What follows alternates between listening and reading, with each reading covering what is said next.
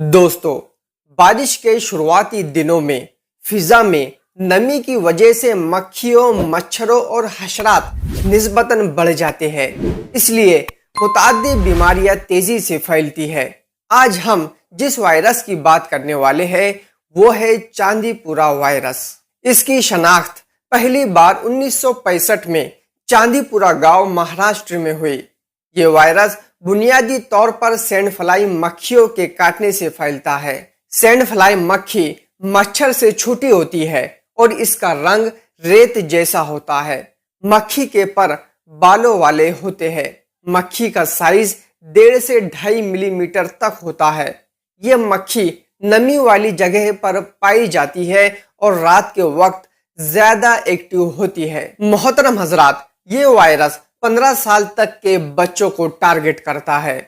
डॉक्टरों के मुताबिक इस मर्ज में मुब्तला बच्चों में अमवात की शरह 85% है। सर्दी, जुकाम, उल्टी और तेज बुखार के साथ शुरुआत होकर बच्चे के दिमाग में सूजन हो जाती है, फिर कुछ ही घंटों में मौत।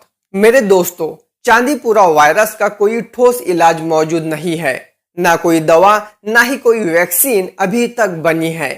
इससे बचाव के लिए हम एहतियाती तदाबीर कर सकते हैं। घर और अतराफ में सफाई का ख्याल रखा जाए। इस बात का खास ख्याल रखें पानी आसपास जमा ना हो। मच्छरदानी में सोए। मवेशियों के शेड और दिगर अंधेरी जगहों पर कीड़े मार दवाओं का छिड़काव किया जाए। घर की दीवारों में मौजूद दरारें बंद करें। पालतू जानवरों और मुर्गियों के फुजले को घर से दूर रखें। इन तमाम बातों पर अमल के जरिए हम अपनी फैमिली की हिफाजत कर सकते हैं।